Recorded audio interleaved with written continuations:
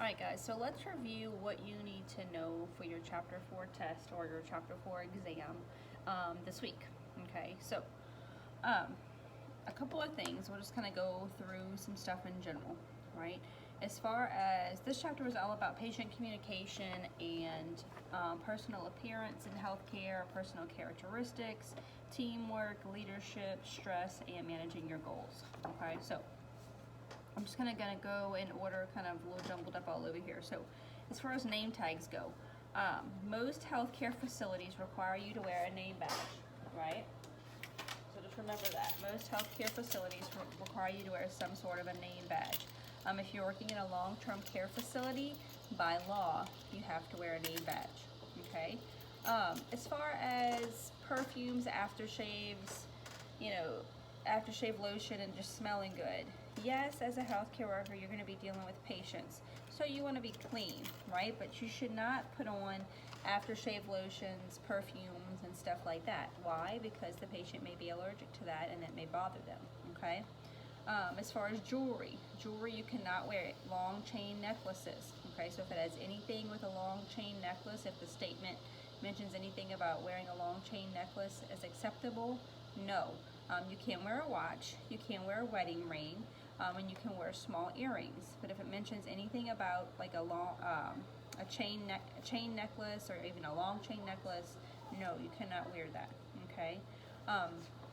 As a healthcare worker, should you present a positive self-image and confidence and things like that? Yes, we talked about that, okay?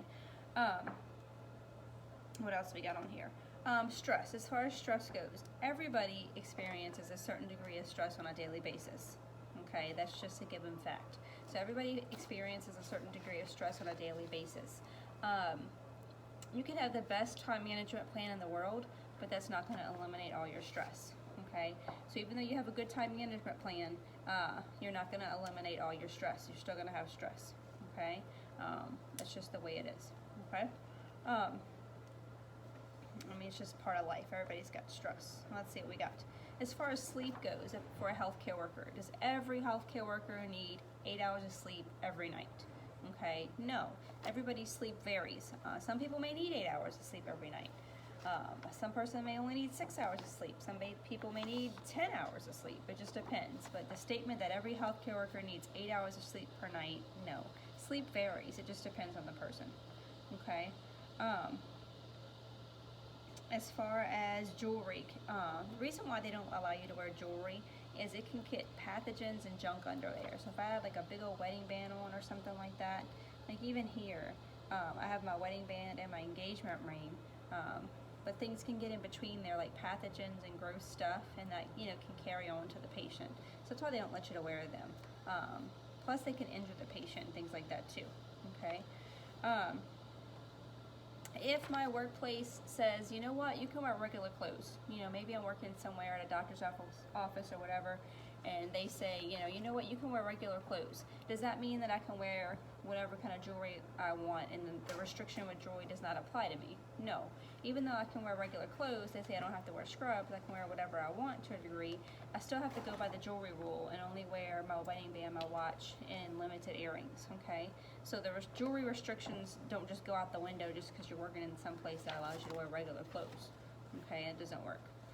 As far as shoes go, there's no reason you should be walking around in the hospital with shoes that have heels on them, a 2-inch heel, anything like that. They have to be closed-toed shoes, comfortable shoes. Shoes should be cleaned daily. Okay, I noticed on the bell ringer some of y'all got that wrong as far as the shoes. Y'all put shoes should be cleaned weekly. Shoes should be cleaned daily, specifically white shoes. If they mention white shoes daily, but any type of shoe that you wear should be cleaned daily. No open-toed shoes, anything like that. They have to be closed-toed and comfortable. And we talked about on the last video why. You're going to be rolling things around. You can injure your foot. Plus, it's just kind of gross if you get a patient that is bleeding or fluids or something, and you got open-toed shoes on and all. It's just kind of like nasty. Okay, it's not good hygiene.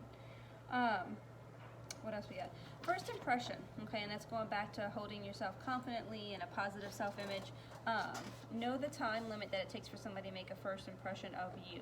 You walk into a room and you can make a first impression on somebody oh shoot, my mind went blank. 20 seconds to 4 minutes. Okay, 20 seconds to 4 minutes is how long it takes for a first impression. So just remember that. As far as communication skills, just remember that good listening skills require constant practice. Okay, to be a good listener, that you have to constantly practice that. Let's see. Know your leaders. Remember at the end, that was this today, I released a video on the different types of leaders. You have autocratic, democratic, and laissez-faire, 3 different types. Democratic is very kind of lets everybody's opinions into consideration before making a final decision, and is a good listener and things like that. Autocratic is very much a dictatorship, my way or the highway, that kind of thing. Laissez-faire is very laid back, doesn't want to get in the fare of others, that sort of thing. You want to strive to be a democratic leader. All of them have their pros and cons, but a democratic leader is kind of the best one. So just know when you're going over your notes, look at your 3 leaders and know the difference in your 3 leaders. What else we got? Good posture. If I have good posture and I'm sitting up straight and tall and, sitting like I should be, which I never do, right? I'm always like, everybody's always like, ugh. If I sit up straight and tall and I have good posture, that helps put less fatigue and stress on my muscles. Okay, if I have good posture. What else we got? Hair ornaments, going back to your hair. You want to have your hair pulled back, but you shouldn't have like any big bows, clips, flowers, none of that kind of stuff in your hair. You don't need any of that. What else we said? Is every patient entitled to confidential care? Yes, we know that. Every patient is entitled to confidential care. That's one of the reasons why we have HIPAA, right, to keep patients' information private. Okay. This one here we didn't talk about. I kind of wanted to go over with you though. It says a team leader determines the legal responsibilities for all the team members. That is not true. The team leader does not determine the legal responsibilities of all the team members. That just depends, but the team leader does not determine that. Everybody's kind of responsible. What else was I going to go over with you guys? Know what feedback is? Feedback is what you get from the receiver, whether you get positive feedback, negative feedback. If I'm talking to Bob and I said, hey Bob, did you know that there's a football game tonight, and Bob doesn't give me any feedback, he doesn't say anything, I'm like, it's kind of negative feedback, I don't know if he got the message or not. If Bob nods his head or says, yes, I did hear that there was a football game tonight, that's giving me positive feedback. That means I don't need to redirect, that means I do not need to redirect my message. He understood me by giving me feedback. Okay. And that was in your bell ringer. Go over your bell ringers as far as tobacco. Tobacco, if you smoke, does that affect your heart? Of course. Does it affect your circulatory system, which is your lungs and your heart? Yes. Your urinary system, not so much. Okay, so tobacco is not a big red flag with the urinary system. So if you see something like that, no. Talking about communication and communicating big medical words to patients. If I'm explaining something to a patient, should I use simple words that they understand? Yes. Why should I not use big medical words and things like that? They're not going to tell me that they don't understand, because like we said before in a past video, they don't want to appear dumb or that they don't understand what you're saying. So if you're using all these big medical words, explaining the procedure to the patient and all kind of stuff like that, the patient's not going to raise their hand and say, hey, I don't understand what you're saying, because they don't want to appear dumb. They're not going to do that. So make sure when you're explaining information to patients and that kind of stuff that you use simple, words and, explanations that they understand. No big words. Personality traits, we talked about this in another video. Personality traits, can you change somebody's personality or change their personal characteristics? All right, personal characteristics are things like empathy, honesty, being discreet, being tactful, dependable, responsible. So can you change those? Yes. I may be, maybe as a young adult, I was not very dependable, not very responsible and stuff like that. But you mature and you grow up, and then you can change and then become a very mature, responsible person. So personality characteristics are part of somebody's personality, but you can change them. It's not that, if you see someone saying that it's part of a person's personality and you can't change them, it's not true. You can change them. What else we got? As far as, I'm going to talk about that in a minute, just kind of making sure that we went over most of everything. If you make a mistake, you need to know for your test what to do if you make a mistake in a patient's chart. Remember, whiteout and correctional fluid is the same thing. I don't think I have any in my drawer. I do not. But whiteout and correctional fluid is the same thing. They used to call it correctional fluid, and if I can find a bottle one day, I'll show you guys. But if you've seen the whiteout where you unscrew the tap and it's liquid whiteout, sometimes in the bottle it'll say correctional fluid. So correctional fluid whiteout is the same thing. You cannot use that in a patient's chart. If you make a mistake, okay? If you make a mistake, remember like we said in the past video, you put one line through it, initial it, and then correct your mistake. Rewrite whatever you were going to say. You cannot use correctional fluid whiteout. You cannot erase in a patient's chart. Why? It's a legal document, and it can be used in court. And so if they use it in court, they want to see what you wrote first, okay? So you cannot use correctional fluid or whiteout. Like we said, make sure your uniform shoes, you should clean your shoes every day. In fact, when I was working in the hospital, and especially now with Corona, even though I'm not in the hospital anymore, I'm all over the school, you know, if I go to Target, wherever, I take my shoes off before I even enter the house. Especially when I worked at the hospital as a respiratory therapist back in the day. That was one of the first things I did, take my shoes off outside, you know, in the garage. I would go jump in, I worked night shift, so I would, you know, go jump in the shower, clean and then, you know, take a shower or whatever, and then I would end up going to sleep because I was tired. But shoes are big, you know, you think what all you walk through, I'm looking at the bottom of my own shoes, right? What all you walk through all day, every day, it's kind of germy and kind of gross, okay? That's why you have to clean them at least once a day, okay? Know what asphasia is. You need to know what asphasia is. It's a speech impediment. Sorry, my posters are making noise because my windows were open. Asphasia, can they hear fine? Yes. Person has asphasia, they can hear fine, okay? It's not a hearing issue, it's a speech issue. With asphasia, they can't get the words out. They know what they want to say. Remember I told you their mind's working, and if they know what they want to say, they just had trouble getting the words out. So asphasia is not a hearing issue, asphasia is a speech issue. So they know what they want to say, they just have trouble saying it. So just make sure you look over that. If I work together as a team, can I accomplish my goals faster? Of course. If you work as a team, you're more likely to accomplish something more quickly. Can my non-verbal behavior contradict what I'm actually saying? Yes, we talked about this in a past video. I may be, you know, getting ready to go back for a surgery, maybe an appendix surgery or something, right? And hey, you know, Miss Glenn, are you okay? You feeling okay? Oh yeah, I'm not nervous. I'm good. You know, I'm straight, ready to go, right?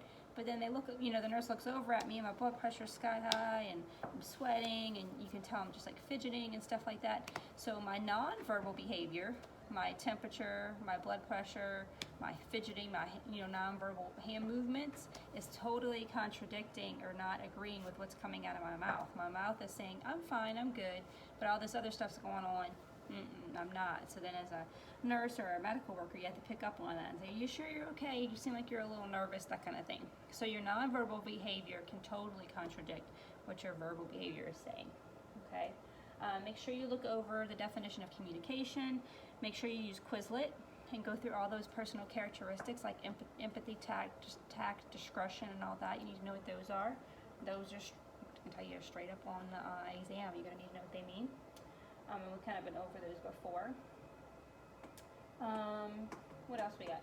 Communication barriers. There are 3 communication barriers, meaning a barrier is something that's trying to stop something, right? So 3 things that can stop me from communicating with my patient. If the patient has, number 1, a physical disability. Physical disability is going to be blindness, deafness, asphasia, okay? And they can't, you know, speech impediment. That's a physical disability. That is a communication barrier because it's going to affect the way I deal with that patient, how I communicate with them. Okay, so physical disability. Psychological barrier is number 2. Negativity, constant criticism, that kind of stuff, that's a psychological barrier, okay? And last one is culture diversity. Everybody comes from different backgrounds, right? So belief that illness comes from God. You know, they believe, oh, I didn't get sick because I did da-da-da. It's a, you know, it's punishment came from God. God chose me to be sick type of thing. So belief that my illness came from God is cultural. Language is cultural. Eye contact is cultural. Person speaks, I guess, a different language than you. So just make sure you look over those. So, communication barriers, physical disability, psychological barrier, and then you've got cultural diversity. There's something I wanted to go over with you guys. Let me see. I'll let you know what that is. We're missing something. As far as goals go, state your goals in a positive, look over that, we talked about that. State your goals in a positive manner. Don't memorize them, write them down. So state them in a positive manner, write them down, and don't make them too difficult where you cannot achieve them, okay? So you don't want to memorize your goals. You don't want to have a whole bunch of goals going on at one time. You don't want to make any difficult goals. That's not cool. Positive, write them down, and make them whether you're able to achieve them, okay? What else we got? There was something that we were forgetting.